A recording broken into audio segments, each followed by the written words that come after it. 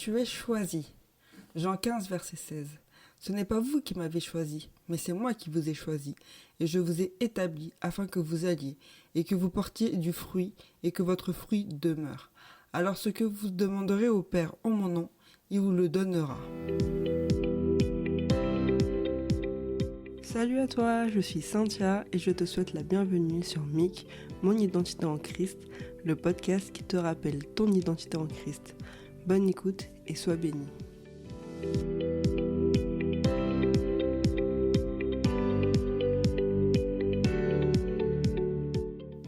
Seigneur, pourquoi moi? Pourquoi tu m'as mis dans une telle situation? Pourquoi? Ça fait beaucoup de pourquoi, hein? Des fois, on ne comprend pas les choix de Dieu, surtout quand il s'agit d'une situation dans notre vie. Alors on murmure et on se plaint à Dieu. Mais en fait, Dieu t'a choisi. Et s'il y a bien une chose qu'il ne faut jamais oublier à propos de Dieu, c'est qu'il ne se trompe jamais. Ce qu'il fait ou dit n'est pas du tout le fruit d'un hasard. Ce que tu vis, ce que tu as vu, ce que tu reçois dans ton cœur, tout ça, ce n'est pas parce que le destin, entre guillemets, t'a guidé jusque-là, c'est parce que Dieu a voulu que tu sois là. Toi, pas ton voisin, pas un membre de ta famille, non, toi. Il t'a choisi. Je ne sais pas si c'était pareil pour toi, mais en tout cas, je me souviens, en étant plus jeune, en cours de sport, par exemple, le prof nommait 2 chefs d'équipe, qui, eux, devaient constituer leur équipe en choisissant parmi les autres camarades.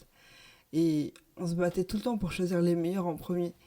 Et puis les dernières personnes qui restaient, qui n'étaient pas choisies, c'était ce dont personne ne voulait vraiment. Mais il fallait bien qu'elles soient dans une équipe, donc elles étaient dans l'équipe, mais par dépit. Et c'est vrai qu'on est tous un petit peu comme ça, on choisit tout le temps ce qui est meilleur, ce qui correspond au mieux à une situation. C'est logique et normal, tu me diras. Pour un nouveau poste, par exemple, on veut quelqu'un qui a de l'expérience, qui est suffisamment qualifié parce qu'on sait que la tâche serait bien accomplie et il faut que ce soit rapide. On passerait moins de temps à former et la nouvelle recrue travaillera plus vite vu qu'elle est compétente et qu'elle a de l'expérience. Mais heureusement que Dieu n'est pas comme nous. Dieu, il a un plan parfait pour ta vie. Et même si tu ne comprends pas pourquoi il te choisit, lui, il sait. Et au fil du temps, tu finiras par découvrir pourquoi il t'a choisi.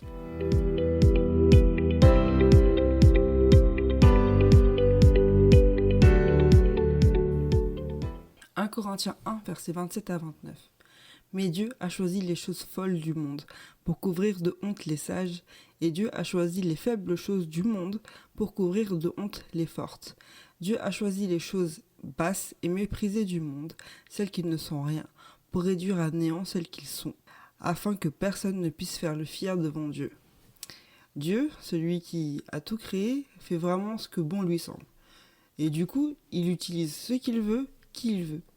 Et ce verset met en lumière un plan unique et super étonnant de Dieu qui consiste à utiliser souvent des choses, des situations, des personnes qui peuvent sembler insignifiantes ou faibles aux yeux du monde pour accomplir son œuvre.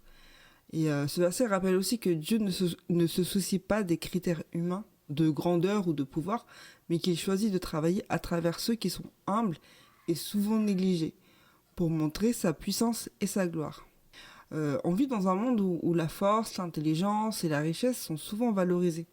Mais ce passage rappelle que Dieu regarde au-delà de ces critères.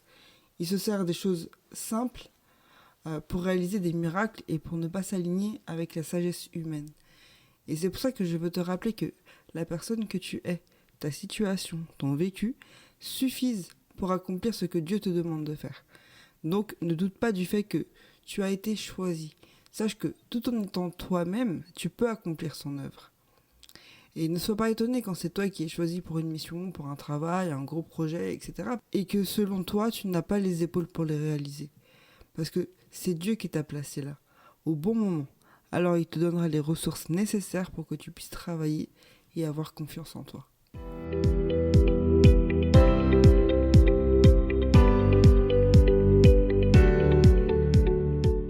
En préparant ce podcast, je me suis souvenu d'un de mes cours bibliques et on avait parlé de Gédéon, un des juifs d'Israël et choisi par Dieu pour la libération des Juifs des mains de l'ennemi.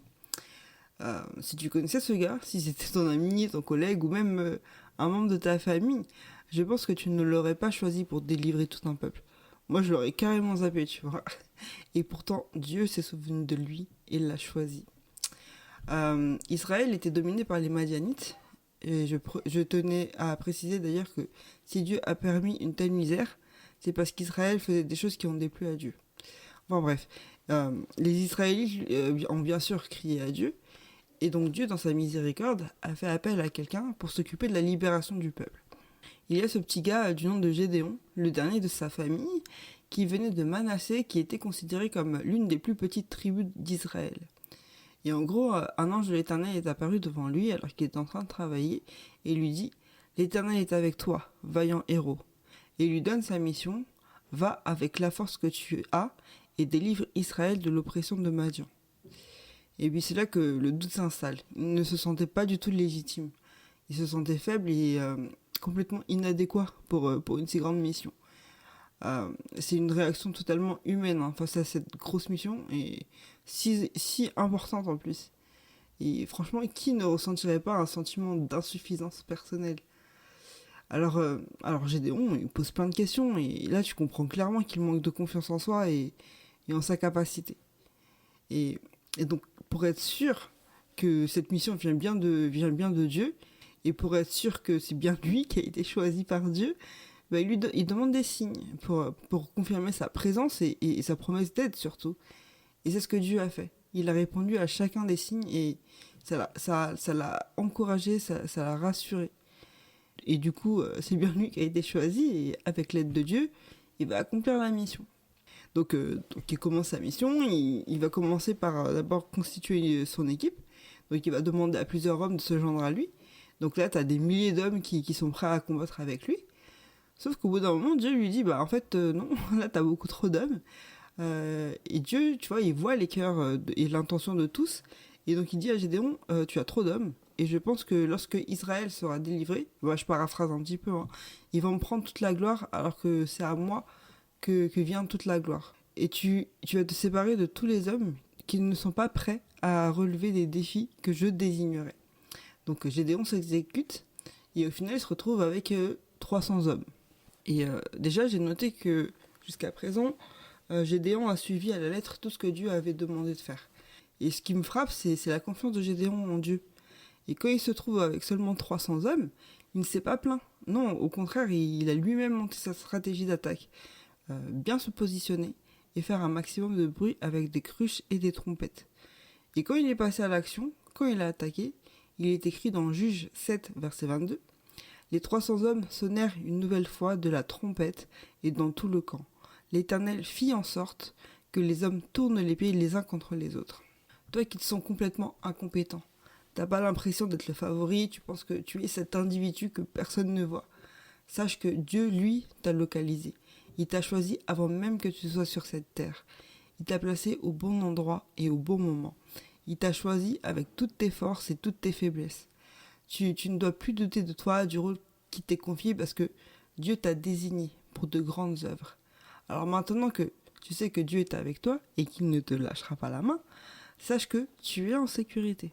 Fais ta part, trouve ta stratégie et lorsque ce sera fait, Dieu fera en sorte que tu accompliras avec brio ta mission. Dans la victoire de Gédéon, il est marqué noir sur blanc que l'Éternel fit en sorte. Ça veut dire que vraiment Dieu n'a pas failli à sa promesse. Il était avec Gédéon et Gédéon a pu avoir la victoire. Donc s'il l'a fait pour lui, pourquoi Dieu ne le ferait pas pour toi ?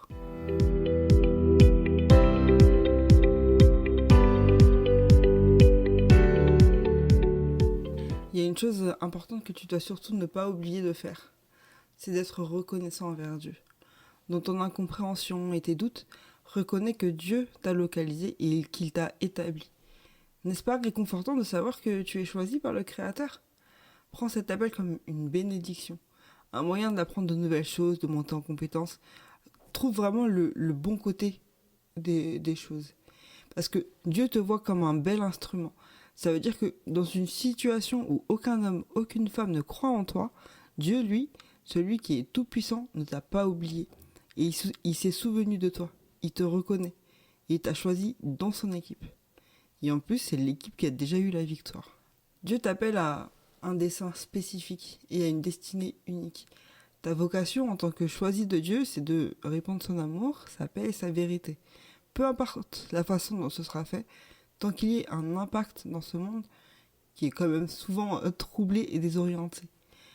Tu peux surmonter tes doutes et en fait, il te suffit juste de lâcher prise et aie pleinement confiance en Dieu et en ce qui est marqué dans la Bible. Parce que Dieu a choisi des hommes qui ne se sentaient pas forcément aptes, mais Dieu les a qualifiés. Et donc toi aussi, Dieu te qualifiera pour ce qu'il t'a confié.